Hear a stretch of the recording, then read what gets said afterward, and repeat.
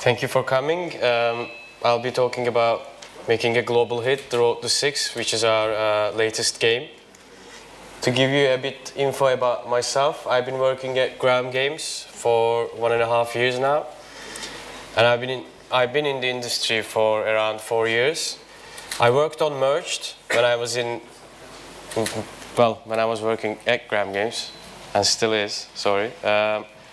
So I didn't develop Six myself, but I've been involved in the prototyping several times. It's probably around, like, I worked on 30 prototypes right now in that 1.5 years.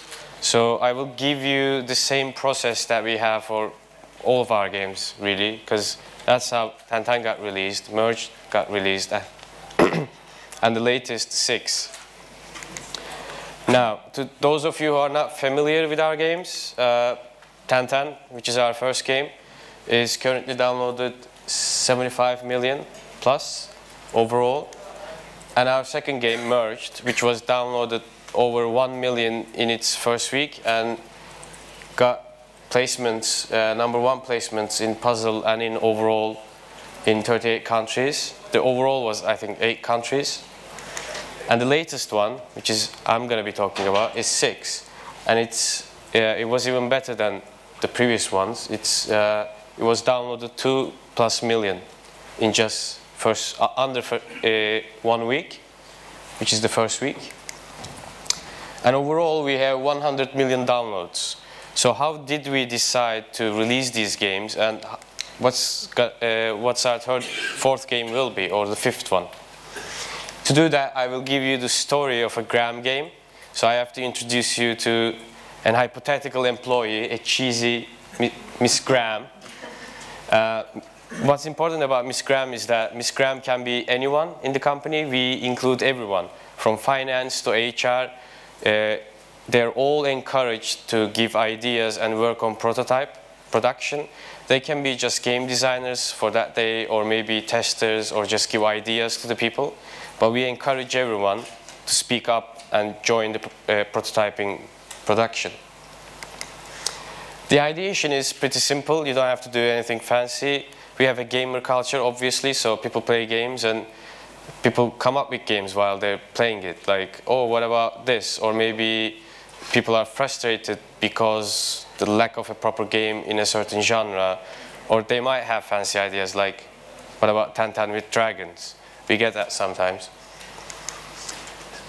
Even though you have an idea, it doesn't make it a prototype. It's not just an idea. You should have a plan, because you will have limited time. For us, it's 2 days. I'll come back to that. But you should just keep your scope so that you can fit the game in that 2 days, or whatever time limit you have. And you also need to define how many people you'll need in that prototype. 1 designer maybe is enough, or maybe you need 2, because you're going to create a prototype with levels. So you need someone to do the levels as well. Second, you should have an intent. It's not just making games. We're trying to make money, and we're trying to learn about the games that we do. So people usually have intents like, I want to test this core gameplay, or I want to test this team or control. So you should have that before you're ready to present it to the company. Now, I told you that we have 2-day limits.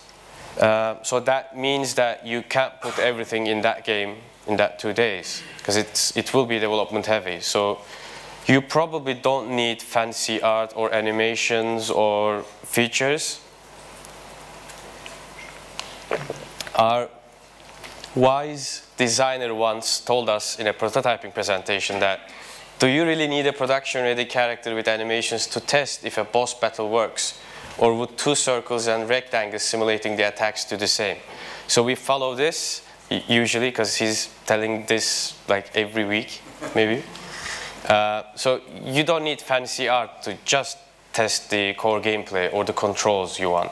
You can just add them later if the data is good, or if everybody likes the game in the company, really. Now that you have your plan and your intent, the next step is documentation. Some people might churn at this stage because it's boring, but it's a nice way to formalize your ideas, because we require some stuff in that documentation that will make you think about the game more. I'll come back to that in a second. It is accessible by everyone. We use Confluence in the company, so everybody can just look up to the documentation really and see what other people are thinking about, or maybe the previous games, because it also provides a backlog.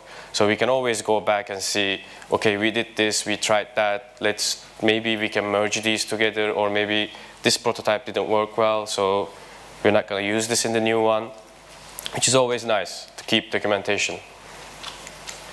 The things that we look for in the documentation, pretty basically, is the summary, what the game is about, the core mechanic, obviously, and the core loop.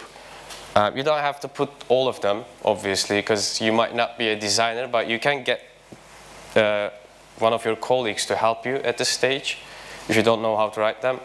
The time required, usually requires input from developers and designers or artists, and the team required. Now, we put 2-day limits, but it doesn't, obviously, the time required can be up to 2 days, but it doesn't have to be. It can be finished in 1 day as well, if it's a small game. And the games that I'm talking about actually are casual games. This is what we use for prototyping casual games. Now, after all of that, it's the presentation time. This isn't anything fancy. We just gather around. You don't have to do any presentation yourself. You can just use the document and go over it. So everybody's there. So everybody will be voting after this. You just get up, and if you have an idea, we go through the documentation. But we go through the documentation like in detail, because there might be some stuff that you overestimated or underestimated, so people give inputs, and we just discuss, like, is it doable in 2 days, or maybe you need more developers, maybe you shouldn't do it this way, or split the game into 2, try this first in the first week, and then we can move on to the, upgrade the idea maybe, or the prototype. And now voting.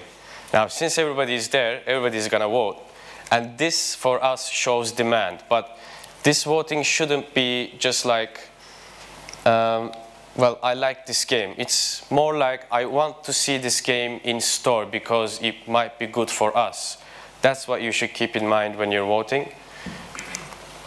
And at this stage, some games might be killed. They're not killed forever, obviously. They're just frozen, and we can just start over after some time if they're presented again. But if nobody wanted to see that game on store, so there is no reason to develop it. We can just do it at any other time, or maybe iterate on the game. The workforce assignment. Now, this is our second funnel. Voting doesn't mean the game is gonna develop itself. You need developers, artists, and designers. And this is all done voluntarily. You work on what you want to work on. So you just raise your hand up. I'm a developer, so if I want to develop that game, I just raise my head up and write my name down there. And when the team requirement is met, we greenlit the prototype. Usually no more, no less, because, well, more doesn't really help, because the other person just sits around then. And we don't allow less, because you obviously need at least one developer and probably an artist as well. And those games can be frozen at this stage as well if they don't have the team requirement. So people usually go around and ask friends, like colleagues, oh, can you help me with this? And then find teammates. Now, all is done. As I said, we allow for 2 days for our prototypes. A playable demo is required on the first day. This is important. This is for you to keep the scope small, because we believe that you can actually prototype the core gameplay in just 1 day and present it to the company. When you present, we let other people play, like our colleagues, and get feedback from them so that we can iterate. Or if the prototype didn't turn out as you wanted it to, you can just kill the game yourself and maybe start over in the next prototyping session. I like to give some things to consider. These are based on my personal experiences. All game development is obviously like coder heavy, so it is best for you to have a base project because that helps a lot. Usually the games have much in common, like you will need a scoring system or maybe a life and high score.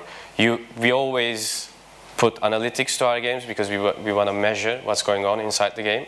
So analytics framework should be in and all set up. And well, persistence, for example, you might want to persist player data as well. And we put them in a base project that is done by our colleague. So what we do is we just check out that project and build upon it, which helps us in the first day especially, just focusing on the core gameplay and iterating the game, making it fun. The same goes for artists as well. They're going to be doing store images, app icons, and game assets. So we try to reuse art in our prototypes because it takes time. It's just not worth it to burn them down because we're doing them all over again, every single thing. Start button, pause button, top bar, and blah, blah. So we have them somewhere in our Dropbox, so we just use them all over again. If you need big iterations after the first day, or maybe in the middle of the first day, it's better to just kill the prototype and start all over again, because we already have 2 days and you lost 1, and in that single day, you will need to do everything all over again, which is just too much hustle, and it probably will be a bad prototype because you just put things in a really quick way. So it's better to kill it and present it again. Maybe keeping the scope small this time. What we require for the end prototype, first of all, the intent should be tested. If you're going to test the team should be there obviously, and it should be smooth. Some prototypes are just jaggy, or doesn't feel right, and we don't want to publish them obviously. So you should have a smooth core gameplay, and you should focus on that mostly. Analytics integrated, we're measuring day 1 retention. I'll come back to that. And you need store images and icons. So this build that you get after the 2 days should be store ready with a smooth core gameplay. I've already talked most of this stuff, but I'll just go over quickly what we do on the first day and the second day. Well, we check out our base project, which has the main menu and pause menu. So we start with the core gameplay that we want to test. We create the initial mechanic, and then we iterate with the designer over and over again until we are satisfied, and we show it to other people and get feedback from them, and then iterate more. This takes a lot of time, most of the time really. And then we present it to the company, which enables us to get feedback from other people and see. This is actually kind of a user testing as well, because we're looking at our colleagues playing them. So we see if they didn't get it, or if they didn't understand the controls, if they're struggling with it. It's nice to show your colleagues and get feedback. On the first day, you can, as I said, you can kill the game if it's not fun or if people didn't think it's fun. The second day, now, after building the core gameplay, you should be making a store-ready APK or IPA. So we usually spend this time doing polishing, like adding maybe a basic tutorial, maybe still images, or maybe an interactive tutorial, just a simple one though, because it takes time. We might add some custom analytics event. For example, if it's a level-based game, we just send which level the user is playing at that moment, or I don't know, other stuff. And yeah, the icons and images are all added, and after this day, it's store ready and sent to our colleague to put it on store. Now that's the fake launch time. Completed games are put on store. And at this stage, we wait for data. We look at the day 1 retention here, because, well, the day 7 retention is going to be shitty with a game that you did in 2 days. And you won't have many content in it either. So day 1 retention is enough. And we use the industry standard for that. We usually look for 40–45% or above day 1 retention. Oh. Yes, and if we have that day one retention, or if it looks promising somehow, can be greenlit to soft launch. We just decide these things ourselves. We get around and say that, okay, this game looks good, the data is good, so we can move on with it. Now comes the soft launch. Well, in the fake launch phase, we might do more tests, like, okay, the day one retention is 40, or maybe we do this, so it may increase or decrease the day one retention. We just have a look around and test. And that actually gives us our initial data in the soft launch as well. We are not just going blind. We are actually looking at the data from the fake launch to see which features that should go into the soft launch. We do a complete rewrite here because the fake launched game, which is the prototype itself, is done in 2 days. So we don't want coders to write clean code at this stage. Just put some things together, make a core gameplay, and make it fun. That should be it. And that's enough for the day one retention, really, with some cool art, obviously, UI. But for the soft launch, everything starts from scratch with clean code, with our general libraries, etc. We document it again. This is important because we will be trying a lot of stuff on soft launch as well. So we just documented what we tried, what was the data, and why did we go about going in that direction. Well, as I said, we do a lot of internal testing. At this point, with constant builds, we have a build server. We are using the Unity's one currently, but it's gonna change soon. And we roll out updates usually every week for the new games and see how people react. We get feedback from Slack usually, or they can put it on Confluence as well. And voila, well, this whole process that I told you about actually led to 6. Now, before that, we did a lot of iterations with our prototyping process, and Merged and Tantan were both prototypes at first, like this. The process was a bit different. For example, we tried to do not 2 days prototypes, but give them a week, just 1 week in maybe a month, and let them decide themselves how long it's going to take. It didn't work for us. 2 days is usually is enough. But overall, like, they're both similar in their production. Thank you. Any questions? Yes. Do you promote the fake launch prototype in any way on the store? We do user acquisition, yeah. And we have actually our user acquisition manager here. We have a booth outside. You can go find him and ask more in a detailed way. Mm-hmm. All right. Thank you. Yeah? Do you do the fake launch locally or on what markets exactly?